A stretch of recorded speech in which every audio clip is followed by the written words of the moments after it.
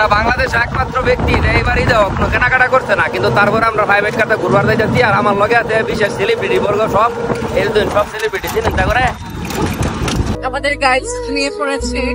প্রচন্ড রকমের যানজট ঠেলাঠেলি করে আমরা আমাদের প্রাইভেট কার 2 মানে অটো রিক্সা দিয়ে অবশেষে চলে আইছি বড়মা ব্রিজে। ব্রিজে ঢুকতে খালি মহিলাদের পারফিউমের গন্ধ পাইতেছি, কেননা যেদিকে চোখ যায় খালি দেখা যায় মহিলা মহিলা, অন্য কিছু ভাই চোখ পড়ে না।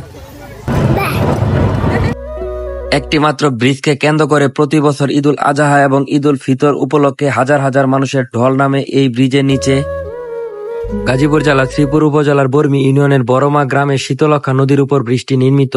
অন্য দৃষ্টিকোণ থেকে বলা যায় শ্রীপুর উপজেলা এবং কাপাসিয়া উপজেলাকে একত্রিত করেছে এই বৃষ্টি। এক অংশে বড়মা ব্রিজ নামে পরিচিত, অন্য অংশে সিংহশ্রী ব্রিজ নামে পরিচিত। বছরের প্রায় প্রত্যেক দিন হাজার হাজার মানুষ আসে এই ব্রিজকে কেন্দ্র করে ঘোরার জন্য। বছরে ঈদের 2টা সময় অন্যান্য দিনের চাইতে অধিক পরিমাণ দর্শনার্থীর উপস্থিতি লক্ষ্য করা যায় এই ব্রিজের চারিপাশে। প্রাকৃতিক পরিবেশে ব্রিজকে কেন্দ্র করে গড়ে উঠেছে অস্থায়ী মেলা। আর এই মেলা উপভোগ করার জন্য প্রতিনিয়ত আসছে হাজার হাজার দর্শক, এবং তাতে করে তৈরি হচ্ছে রাস্তাতে প্রচন্ড যানজটের। এই হচ্ছে আমাদের সেই বড়মা ব্রিজ, যে প্রতি বছর ঈদের সময় এখানে গাবতলির হাট বলেন বা বর্মি বাজার হাট বলেন, সকল হাটে ফেলে দেখা মানে এত পরিমাণ মানুষ আসে। আজকে ঈদের 2য়তম দিন, তারপরে দেখতেছেন এখানে একটা মেলা জমছে। আর এই মেলার মধ্যে আসলে আনলিমিটেড দোলা খাইতে পারবেন, এটা নিশ্চিত। আর দেখার মতো খুব বেশি তেমন কিছু নাই, তবে প্রাকৃতিক ভিউ এবং প্রাকৃতিক পরিবেশটা অনেক সুন্দর। এই কারণে এলাকার আশেপাশের যারা আছে বিনোদন প্রেমীরা, তারা এখানে প্রাকৃতিক পরিবেশটা উপভোগ করার জন্য আসে। আপনারা চলে আসতে পারেন। ভাই টিকেটের লাইনে নাকি বাড়ি যাবেন? স্বপ্ন বাড়ি যাবো নাকি ভাই? 1 ঘন্টা যাবত দাঁড়া থেকে টিকিট দিছি, এখন 1.5 ঘন্টা যাবত দাঁড়ায় আছি ওঠার জন্য। এটা তো মানুষ তো ট্রেনে বাড়ি যাওয়ার লাগে এমন বা লাইন ধরে দাঁড়ায় যায় না, কারণ কিছু করার নাই, একটু শখ মিটাবে লাগে। বাচ্চাদের শখ, বাচ্চার বাবা মার শখ।